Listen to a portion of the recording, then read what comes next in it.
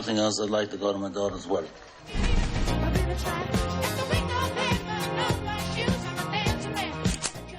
Alô, fãs de trilhas! A nave-mãe do Almanac está aterrissando para avisar que o tema do programa de hoje são os filmes dos anos 70. Mas a gente começa no finalzinho dos anos 60 com 2 longas que não poderiam ficar de fora. Para começar, A Primeira Noite de um Homem.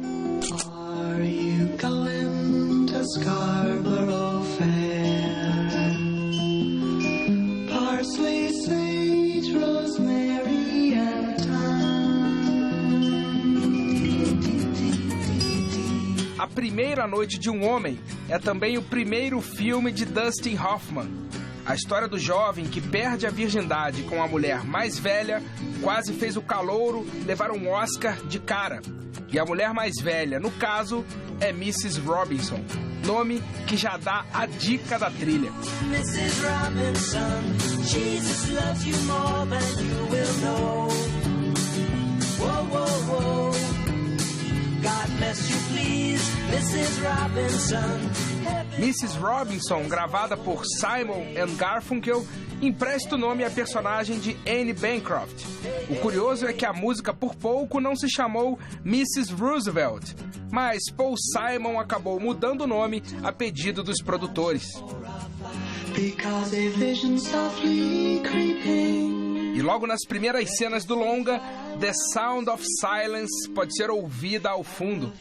A canção foi o primeiro grande sucesso da dupla americana de folk rock.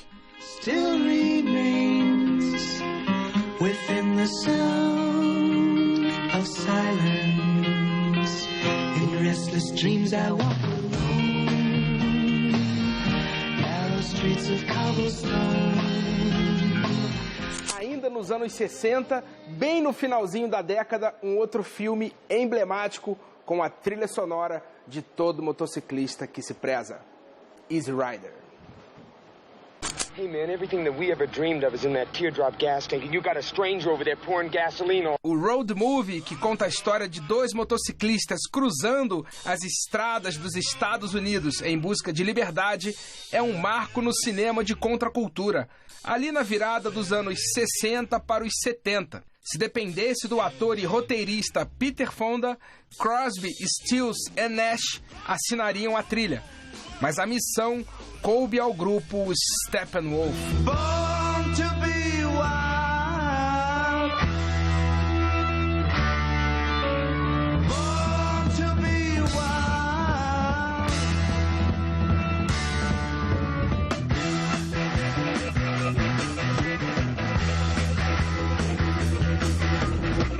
Difícil separar imagem e som.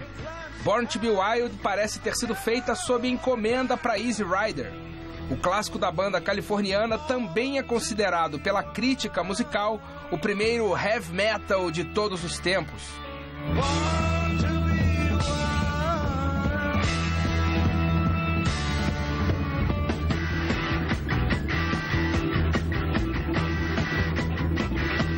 O riffzinho dela é bem pesadão, né? Principalmente para a época e tal. Então a letra, a forma de se cantar não tem muito segredo, muita firula, muita besteira. Tem que chegar lá e cantar com vontade, ao contrário de teatro musical que é tudo muito tem que proteger a garganta. Born to be Wild para chegar e cuspir sangue com rasgar a garganta. Rasgar a laringe, entendeu? Então não tem essa pegada realmente do heavy metal um pouco mais pro thrash, talvez, que veio a ser no futuro, né?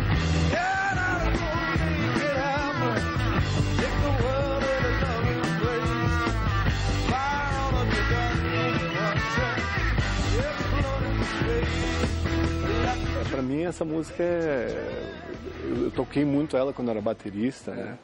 Então o auge pra mim dela era aquele um solinho de bateria que tem no meio.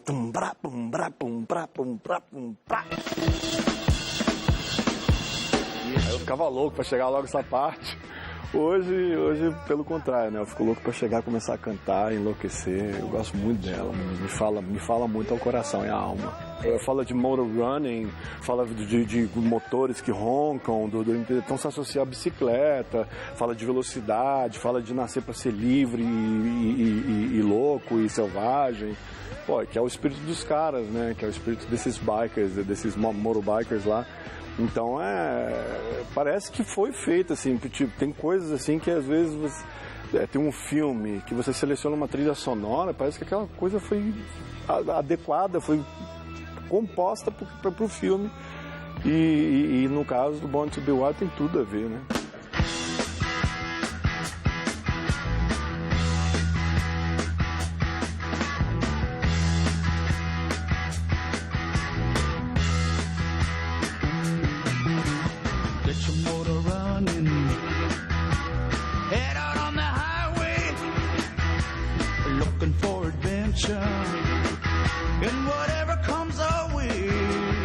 Já no início dos anos 70, um filme sobre família apresentou ao cinema um tema instrumental inesquecível: O Poderoso Chefão.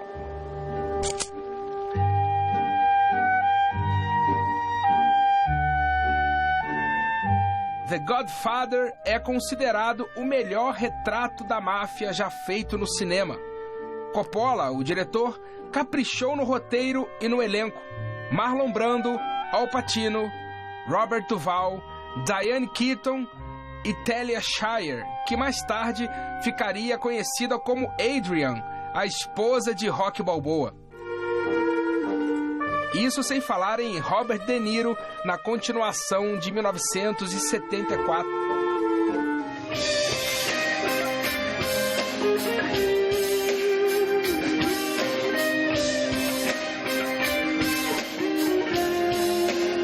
O tema que Marcus Klein toca na guitarra com exclusividade para o Almanac foi encomendado a Nino Rota especialmente para o filme.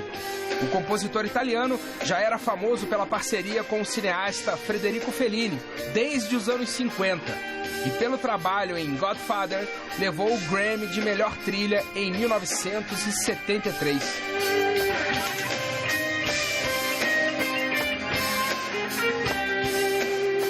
Segunda metade dos anos 70, como deu para perceber, tá na hora de transformar o Almanac numa discoteca. Então vamos aos embalos de sábado à noite.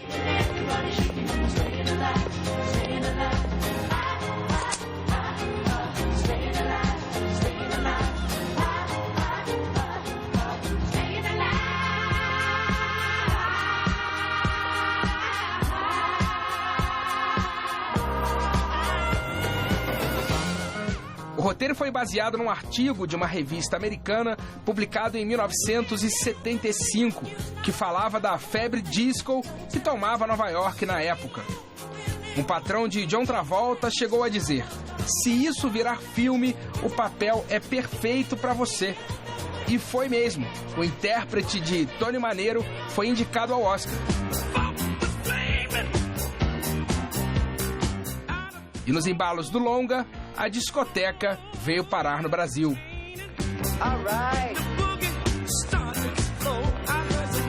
A onda disco se massifica com o filme, com o Saturday Night Fever, né, que aquilo se tornou um padrão mundial e tinha as coreografias, os figurinos, com tudo que veio ali na época, né? Então, filmes que têm essa característica, que podem lançar um novo movimento ali, uma onda de música que às vezes nem estão ambicionando. A cultura que bebeu muito, as frenéticas, a Dancing Days, essa vibe, isso tudo tem a ver com o filme um pouco? Essa onda disco que veio parar aqui? Ah, com certeza, que eu acompanhei desde o início isso, né? Como uma novidade, eu vi esse filme bem antes, vi nos Estados Unidos, antes de sair no Brasil, tudo. Tive essa ideia, eu ia fazer o Dancing Days, eu ia fazer uma casa de rock and roll. E eu tava, quando eu vi, falei, que é isso? Em uma semana eu mudei de ideia e fiz uma discoteca, muito por causa do filme.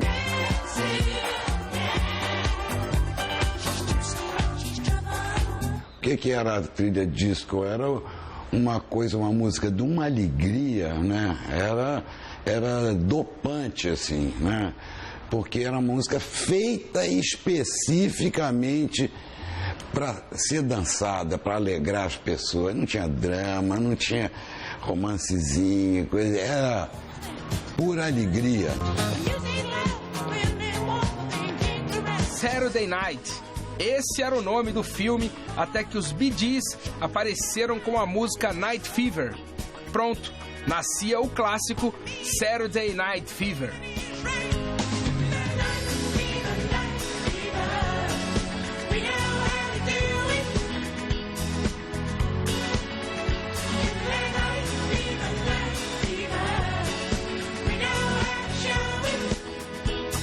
Durante anos foi a trilha sonora mais bem sucedida da história do cinema. O álbum já vendeu mais de 40 milhões de cópias. Só nos Estados Unidos foi disco de platina 15 vezes e ficou nas paradas de sucesso em mais de 20 países até 1980. A jornalista Maria Cândida, que teve a chance de entrevistar os irmãos Barry, Robin e Maurice Gibb, tem história para contar. Eu lembro que na época eu perguntei pra eles e eles falaram que, você sabe que ainda continua tocando, é uma das primeiras músicas ainda em vários bailes e não sei o que, e casamentos, não sei o que. Eles se espantavam ainda de ainda sendo as primeiras músicas tocadas e tal. E assim, não tem como não reverenciá-los por isso. Nobody gets too much heaven no more. It's much harder to come back. I'm waiting in line. Nobody gets too much love anymore. It's as high as a mountain and harder to climb.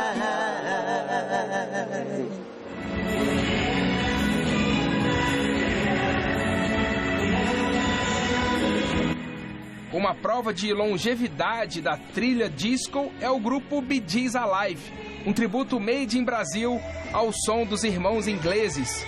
Júnior, Tony e Guido se apresentam juntos pelo país desde 2003. Já foram vistos por quase 1 milhão de pessoas. Eu sempre fui apaixonado por Bee Gees, porque eu aprendi a tocar e cantar com Bee Gees. Com aquela época toda, dos anos 70, aqueles discos de, né? Dana Summer e por aí. E em São Paulo eu tentei várias vezes montar uma banda para fazer esse tipo de coisa, mas sem chances. Então eu cantava em barzinhos, tocava violão, toquei muito. Outras coisas, né? E outras coisas na Vila Diz inclusive. Inclusive, James Taylor, aquelas coisas meio características, né, dos Bee Gees. Quando eu encontrei o Tony e outras pessoas que eram músicos também, o Tony trouxe o Guido e aí de repente ficamos saindo um ano assim sem muito compromisso, nós três. Aí já só Bee Gees. Só Bee Gees, já com a ideia de fazer o Bee Gees, mas nunca imaginando que a gente ia chegar assim tão longe fazendo isso. Se você for representar uma banda, você tem que ter respeito pelo artista, pelo criador da obra. Depois você pega a obra dele e vai executar. Quando chega uma pessoa para você e fala assim, puxa, será que eu podia apertar tua mão no final do show? Claro, óbvio. Eu queria parabenizar vocês, porque meu maior desejo era conhecer os Bee Gees, e essa noite eu conheci.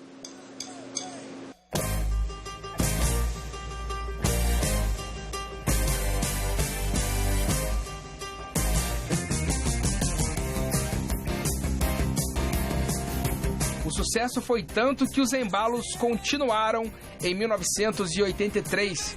Tony Manero aparece mais bombado, talvez por influência do novo diretor, Sylvester Stallone. Mas Staying Alive é considerado uma das piores continuações de todos os tempos. Melhor a gente ir pro intervalo. Não sai daí que no próximo bloco tem o musical mais bem sucedido da história do cinema, Grease, nos tempos da brilhantina. Summer days drifting away to other summer nights.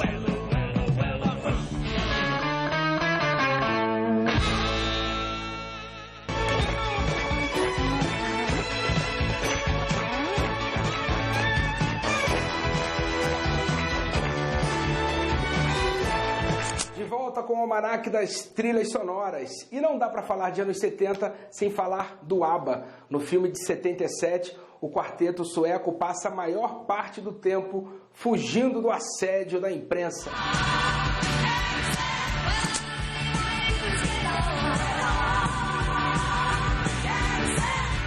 Poderia muito bem ser um documentário com os bastidores da turnê do grupo pela Austrália, se não fosse uma pitada de ficção. O empresário de uma rádio local resolve aproveitar a deixa para fazer um grande especial com notícias exclusivas sobre a intimidade dos cantores. Para cumprir a missão, é escalado um radialista que não sabe nada sobre o ABBA. Confiante, ele acha que vai tirar a pauta de letra, mas logo percebe que a popularidade do quarteto vai complicar as coisas. Na trilha, sucessos que não podem faltar em nenhuma pista de dança, como Dancing Queen.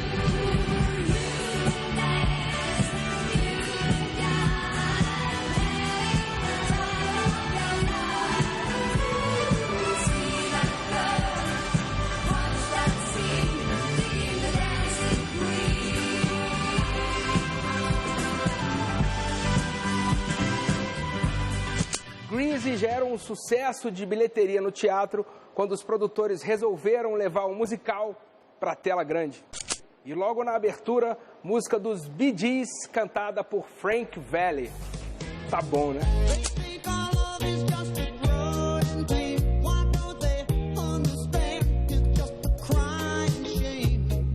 A história se passa na Califórnia dos anos 50. Danny Zuko, John Travolta, e Sandy Olson, Olivia Newton-John, se apaixonam nas férias do verão de 1959 e logo se separam, porque ela tem que voltar para a Austrália, sua terra natal. Mas os planos mudam e a loirinha, por obra do acaso, acaba se matriculando no colégio Hyder, onde reencontra Danny. Primeiro, o John Travolta, ele cantava muito bem, né, cara? Ele pegou assim, ele tinha o perfil do personagem, ele tinha uma pinta de galã, aí já dá um sucesso comercial, né? Porque era um cara extremamente comercial, depois ele engatou em outros projetos, em Bar do Sábado à Noite, fez um monte de coisas bacanas, dançava bem, se movia bem, rebolava bem. Então a mulherada ficava louca com o cara, né?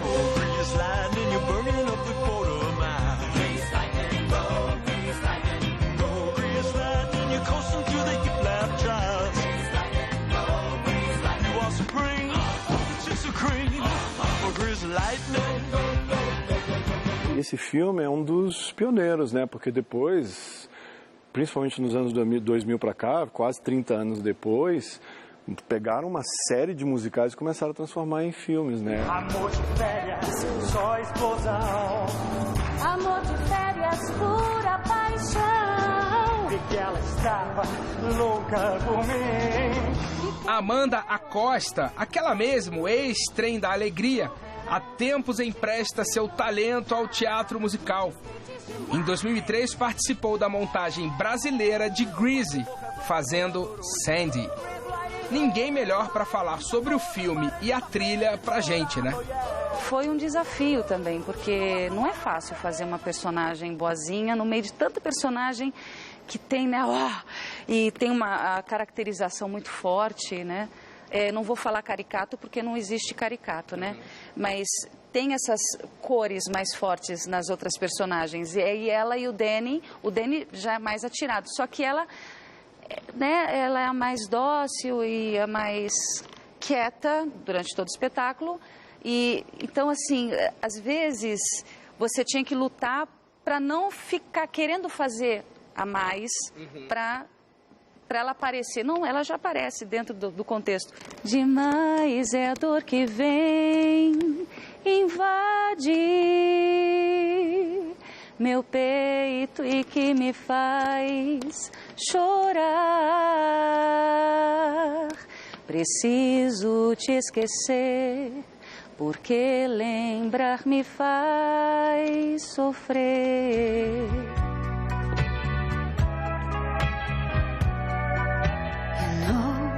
I'm just a fool who's willing to sit around and wait for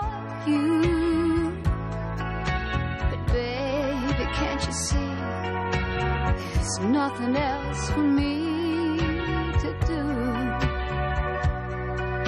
I'm hopelessly devoted to you. Você lembra do Grease, você lembra da turma. E aí você lembra de cada personalidade ali. Tanto que a French tem número musical também, né? Beauty School Dropout. É. Né? É. Beauty School Dropout. No graduation day for you. Beauty School Dropout. Missed your midterms and flunked shampoo. Well, at least you could have taken time to wash and clean your clothes up. After spending all that dough to have the doctor fix your nose up. Baby, get moving. Grease foi a terceira trilha sonora mais vendida da história do cinema durante muito tempo. Teve faixas indicadas ao Globo de Ouro e ao Oscar, na categoria de melhor canção original. O filme segue cultuado quase 40 anos depois e ainda lota salas especializadas em filmes antigos mundo afora. Qual o segredo desse sucesso que atravessa gerações? É muito carismático o filme, né? As personagens todas são muito carismáticas. Mesmo tendo todos os conflitos, né? E são conflitos que a gente se identifica, por mais que você seja um pouco mais novo, em algum momento você vai se identificar ali com alguma história, né? Então tem conflito entre gangues, tem o amor, a inocência, tem a gravidez, tem as coisas proibidas, né? E quando tem os carros e as personagens são muito vivas, né? São muito atuantes e tem uma caracterização bacana, né? São quase desenhos. Se você pensar, né? A Rizzo tem aquele tipo, a French, a Sandy mesmo, que é a bonitinha, a comportada, né? Então é muito carismático tudo. Por que você acha que esse filme ficou tão atemporal? São as músicas, é a química do elenco, é porque se passa nos anos 50, que a gente considera uma década dourada. Que rolou ali para esse filme ser o filme preferido de um monte de gente e fazer sucesso? Se você botar hoje num DVD para uma criança de 13 anos, ela vai achar legal também. Eu acho que essa musical que rola isso, né? É verdade. Muitos não fazem sucesso, inclusive no cinema. Eu acho que é uma combinação da escolha dos dois protagonistas, que, o John Travolta, inclusive, teve uma carreira incrível depois, sumiu por um tempo, mas depois voltou bombando, já com outro perfil, de papéis, pegando outros papéis como ator, né? A própria Olivia Newton-John também é um grande ícone, né? Da música. E eu acho que a escolha dessas duas pessoas para fazer os protagonistas foi fundamental. Eu acho que a ambientação também dos anos 50, né? Sandy! Tell me about it, Stud.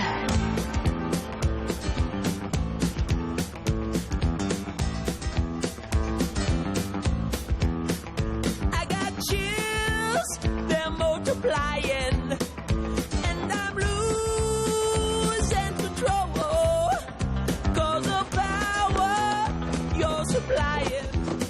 It's electrifying.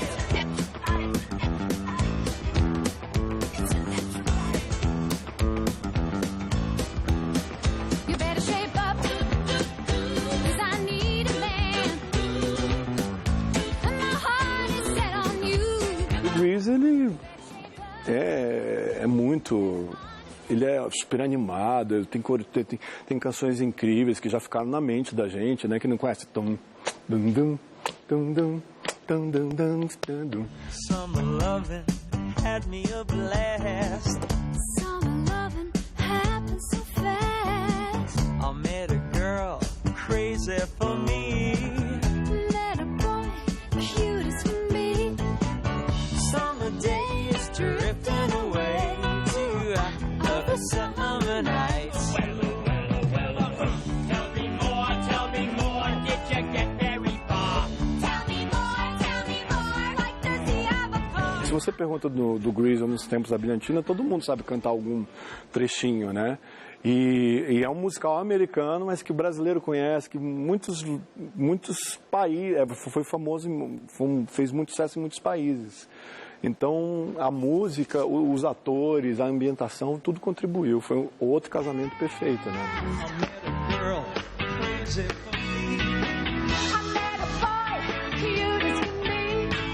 Para comemorar os 25 anos da estreia nos cinemas, o elenco de Grease se reencontrou num evento nos Estados Unidos. E para alegria dos fãs, Danny, Sandy, T-Birds e Pink Ladies subiram ao palco para reviver as noites quentes de verão.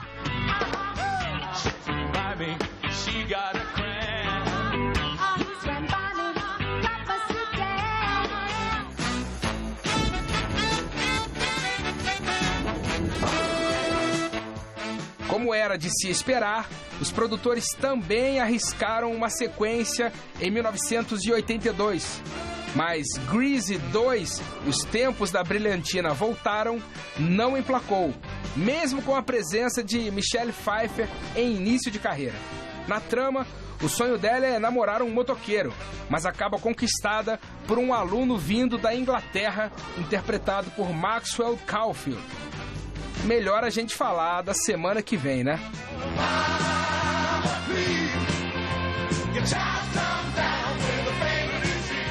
Então é isso, o episódio de hoje fica por aqui. Na semana que vem a gente vai falar sobre cinebiografias. Tá pronto para bailar la bamba? Para bailar la bamba, para bailar la bamba, se necesita una poca de gracia para mi patria. Y arriba, y arriba, y arriba, por ti seré, por ti seré, por ti seré. Yo no soy marinero, soy capitán, soy capitán.